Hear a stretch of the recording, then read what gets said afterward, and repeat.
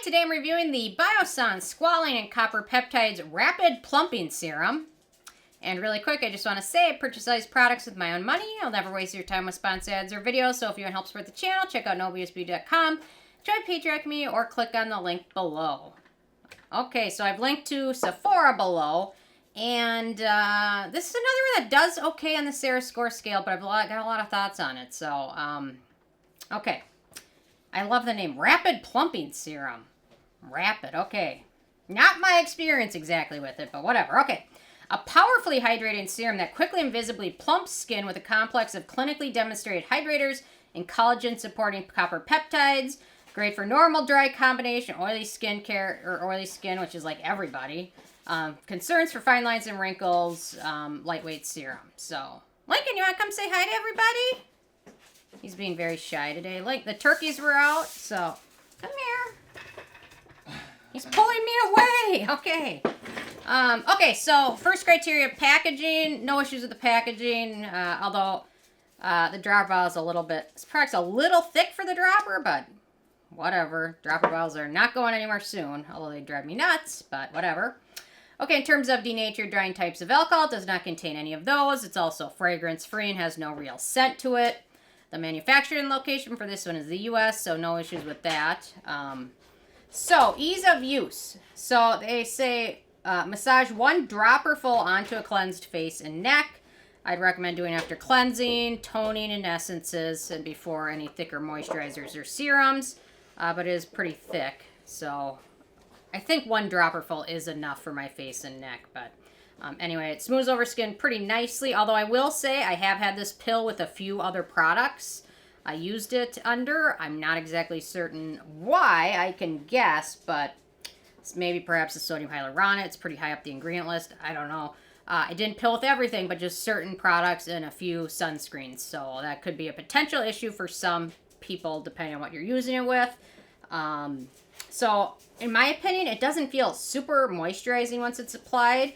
It feels more light. In my opinion, it's probably better for normal or oilier skin types. Or if you have dry skin, you're going to apply maybe a thicker moisturizer serum over it. Absorbs pretty nicely and sets to a non-sticky finish. So very easy to use. No issues at all with that. I don't know. I'll do a pH test just... Oh, I don't know where my... Do you know where my pH strips are? Cameraman? Oh, there they are. The other day, someone left a cute comment. They said, I thought his name was Cameron. I didn't realize you were saying cameraman. I'm like, so now I just keep calling him Cameron. Lincoln! No, he's being very shy today. Sorry. Okay, here we go. Very shy. He's had a long week, a long dog week. We had one dog have surgery for a tumor with one cancer cell in it. And then the other one is at the U of M for his trachea. Okay, so the pH of this one looks to be right about 5. So there we go with that one. Okay, so let's talk about the ingredients in this one. Okay, so we've got squalane. Pretty high up the ingredient list. It's a good cell communicating ingredient. It's a good antioxidant. I'm sorry, my nose is itchy now. I think that means Lincoln wants to leave the room. Well, my nose itches. One of the dogs needs something, which is all day long. So it's a good antioxidant, cell communicating ingredient. It's very mildly comedogenic. Most people don't have any issues with it, but some people it's just a disastrous ingredient for their acne-prone skin. We've got sodium hyaluronate in here, which is a humectant. Lincoln is now assaulting Cameron. Cameron. He's not assaulting me because he's very shy, I guess. So sodium hyaluronate, it's in everything. It's a humectant. It does cause some things to pill up, and you really want to make sure if you have dry skin to use a good moisturizer over this to prevent reverse dryness. We've got that copper tripeptide, soothing ingredient, antioxidant, cell communicating ingredient, wound healing, and some studies show it stimulates collagen and elastin production, which, as you know, the older you get, the less collagen you have, which makes wrinkles appear. So to get more collagen produced by your skin is key to looking younger and anti-aging. It's difficult to do because there's just not a lot of ingredients that are really proven to do it. Vitamin C probably has the best research on it, but short of that, you're looking at dermatologist office visits like microneedling and lasers and things like that. So, although I will say I picked up the Nebulift, which is a device that uses, I think it's radio frequency technology. There's not a lot of research on that radio frequency technology, but I have been impressed with it, so I'll definitely do a video on it. But it was pricey, so I better notice something. Okay, next up, Lincoln is out of the building. Lincoln has left the building. What is that they say? Elvis has left the building, right? Yep. And he's still alive somewhere. I don't know. There's still sightings of him. He'd be like 100 years old. Elvis? Yeah. Yeah, he died when he was like 40. Gosh, that's so young. Anyway. Although, if you asked me that 20 years ago, I'm like, 40? That's ancient. Okay, next up we've got Acmella Oleracea extract, which is an anti-aging ingredient that has shown to help with wrinkles and also elastin production in some studies. We've got Ectoin, which is an antioxidant and skin soothing ingredient. We've got Tetrapeptide 30, skin brightening ingredient. We've got Palmitoyl hexapeptide, cell communicating ingredient. It's part of the Botox in a jar. One half of it. So, although there really is no such thing, probably compared to real Botox, but. Okay, we've got copper PCA humectant ingredient. We've got Panthenol, skin soothing ingredient. Sodium polyglutamate, hydrating ingredient, green tea extract, hydrating, antioxidant, and soothing ingredient, wonderful ingredient. Aloe, soothing and hydrating ingredient. We've got passion flower extract, skin protecting and skin conditioning ingredient. We've got neem extract, skin conditioning ingredient. Neem extract is good, neem oil is irritating. Possibly, depending on your skin type. I should say that. We've got eggplant extract, astringent ingredient. We've got turmeric, awesome ingredient. Turmeric topically and orally taken is amazing. Antioxidant, soothing ingredient, brightening ingredient. We've got basil flower extract, skin conditioning ingredient. We've got Coccinea indica fruit extract, skin conditioning ingredient. Holy basil extract, skin conditioning ingredient. And then algae, a type of algae, which is skin conditioning and protecting. Skin conditioning is kind of the general term. If it's not super hydrating, isn't soothing, isn't an antioxidant, and it's good for your skin, they just call it skin conditioning. So. Okay, so a nice list of ingredients. So, although I will say this is not nearly as blue as a lot of other copper peptide serums I've used. It's very light.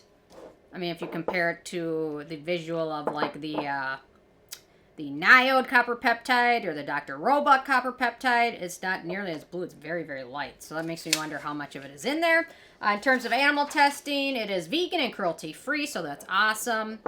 Performance. So with this one, I haven't noticed any real benefits. And I've been using it quite a while. At first, I wasn't going to buy it because of the price, and I decided I wanted to buy it and review it. Normally, like when I started using the Niode copper amino isolate serum, after like a week or two, I could tell that it was helping with redness, and I could tell that my skin was firmer, a little bit brighter. The fine lines weren't quite as noticeable. With this one, I didn't notice anything. And I gave this probably even more than, I probably gave it 6 weeks of testing just to see if something would happen. And doesn't necessarily mean it doesn't work, but just for me maybe. Or maybe it just doesn't compare to the other ones I've used in the past. I don't know. Typically, within 2 to 3, 4 weeks of a good copper peptide serum, I notice firming and wrinkles, less appearance and things like that. I didn't notice it all with this one. So, noticed a bit of plumping. That was about it. So, oh, it does look nice on my hand, so, which is very dry. So anyway, in terms of acne-prone skin, there's only one ingredient of note, which I mentioned, Squalane, which is awesome for acne-prone skin types. In terms of the price, I will say this one is larger than most copper peptide serums. Most serums in general, usually 1 ounce, 30 milliliters. This one's 1.7 ounces, 50 milliliters. So it's a little bit larger, but it's still really expensive. It's $68. And then once you add in tax, I don't know. Depends on how much your tax is. It's like $75 after that. That's expensive, although it's larger. I did want to do a comparison on price per milliliter compared to a couple other products that I've used similar to this. So, this one, $1.36 per milliliter, so $1.36 every milliliter. The ordinary copper buffets and peptide serum is $1 per milliliter. They raised the price $1. It's $29 before, now it's $30. The Dr. Roebuck's one I really liked was $3 a milliliter. And the Niode copper amino isolate serum is $4 a milliliter because it comes in a really tiny bottle.